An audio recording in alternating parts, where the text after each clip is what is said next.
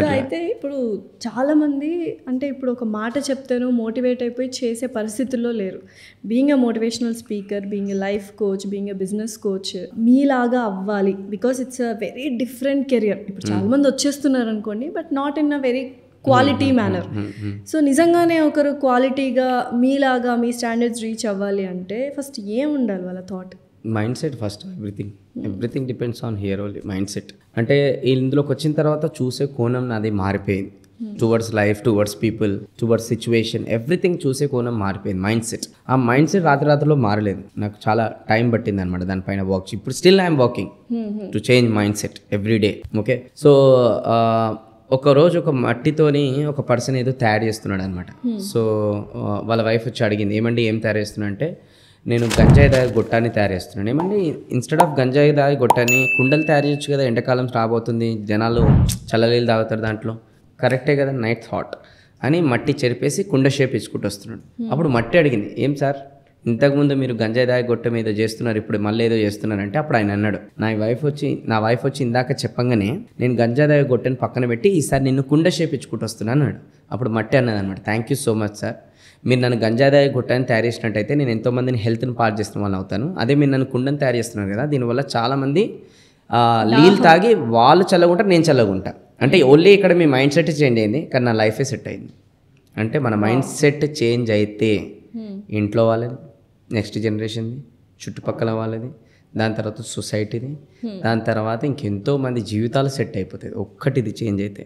కానీ ఇది కనుక చేంజ్ కాలేదా అందరి జీవితాలు నాశనం అవుతాయి. అట్లా చాలామంది ఈరోజు ఉన్నారనమాట, వాళ్ళ మైండ్ సెట్ని చేంజ్ చేసుకోవడానికి ఇష్టపడతలేదు. గట్టిగా మాట్లాడితే నేను ఇంతే అయితే ఏంది అని అంటున్నారు, పోతారు అయితే ఏంది ఏముంది.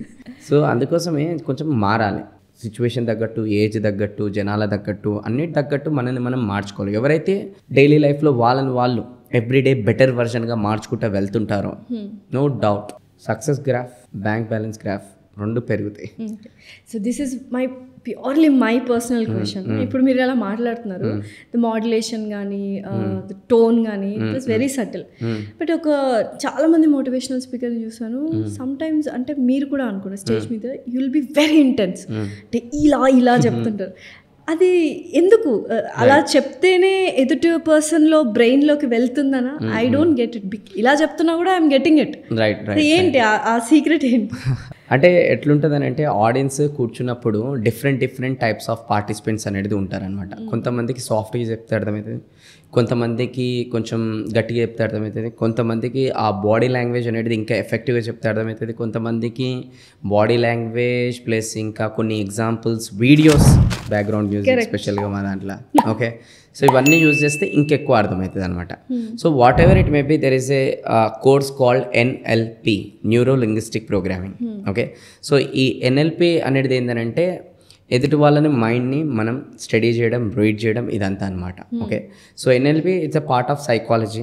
మన దగ్గర సైకాలజీ అంటాం, బట్ అదర్ కంట్రీస్లో ఇది ఎన్ఎల్పి అనేది పుట్టింది అనమాట. సో ఎన్ఎల్పి ఏంటంటే మన బాడీ లాంగ్వేజ్ చూసి ఆ పర్సన్ నిజం చెప్తుండా, అబద్ధం చెప్తుండా. There are 3 kind of persons అనమాట. మీరు మూడిట్లో ఒకటి ఉంటారు, నేను మూడిట్లో ఒకటి, ఎవరైనా ఇక్కడ ఉన్న వాళ్ళు మూడిట్లో ఒకటి విజువలరీ, కానెస్థెటిక్ అండ్ ఆడిటరీ. విజువలరీ అంటే కొంతమంది చూసిందే నమ్ముతారు, ఇంకా వాళ్ళు ఎప్పుడు చూసిందే నమ్ముతారు, ఇక అంటే వాళ్ళ మైండ్ సెటే అది. కొంతమంది కానెస్థెటిక్ ఏంటంటే ఫీల్ అయిందే నమ్ముతారు. ఓకే, ఇంకోటి ఆడిటరీ ఏంటంటే చెప్పిందే నమ్ముతారు, అంటే వినిందే నమ్ముతారు.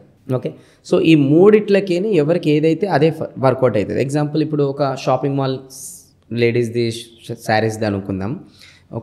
అతను సేల్స్ ఎగ్జిక్యూటివ్ ఉన్నారు, ఒక ఫీమేల్ వచ్చింది, ఆమె వచ్చేసి కానెస్థెటిక్ అంటే ఫీల్ అయిందే నమ్ముతుంది ఆమె వచ్చిన తర్వాత బాబు ఆ శారీ అని అంటే అతను ఎంతసేపు విజువలరీ చేస్తున్నాడు. విజువలరీ ఏంటంటే చూపిస్తున్నాడు, చూడండి మేడం అదా ఇదా అదా అది చూడండి, అది ఇంత ప్రైస్, ఇది చూడండి ఇంత ప్రైస్.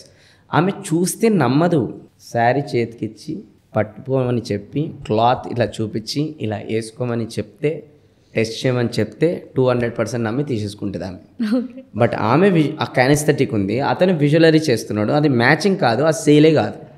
అది పక్కన పెట్టేసి ఇంట్లో కూడా చూడండి, కొంతమంది ఫీమేల్స్ కానెస్థెటిక్ ఉంటారు, హస్బెండ్స్ ఏమో ఆడిటరీ ఉంటారు.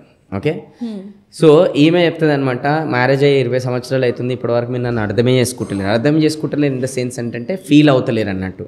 ఓకే, అతను ఏం చెప్తున్నాడు చూడండి, వర్డ్స్ నేను ఇప్పటివరకు నీకు చెప్పడానికి ట్రై చేసిన, నువ్వు వినిపించుకోవట్లేవు, నీకు అలా అర్థమవుతలేదు అని అంటున్నాడు.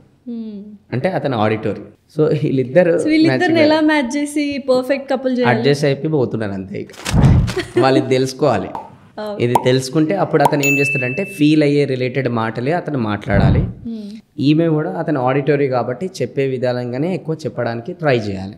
ఆపోజిట్ చేస్తే రిలేషన్ వర్కౌట్ కాదు.